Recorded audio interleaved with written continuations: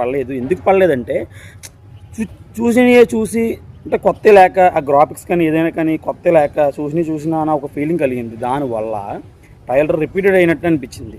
అదే మన ప్రభాస్ అంతకుముందు ఉన్న ట్రైలర్స్ కానీ అంటే కొంచెం ఇంపాక్ట్ ఉంది. ఎలా ఉందంటే వింటేజ్ ప్రభాస్ అయితే చూసాం, డార్లింగ్ అలా నుంచుంటే చాలా 1000 కోట్లు పడిపోతాయి చెప్తున్నాక. కల్కిలో కూడా అంతే కదా, మహా అయితే అరగంట ఉంటాడు కల్కి మూవీలో. అమ్మ సినిమా కానీ ఏముంటుంది కల్కి మూవీ, తప్పు అంట అయిపోయినట్టు కూడా తెలియదు మనకి. ఇంకా క్లైమాక్స్లో కూడా ఇంకా ఉంది ఇంకా మనం చెయ్యాలి అని అనుకుంటూ ఉంటాం.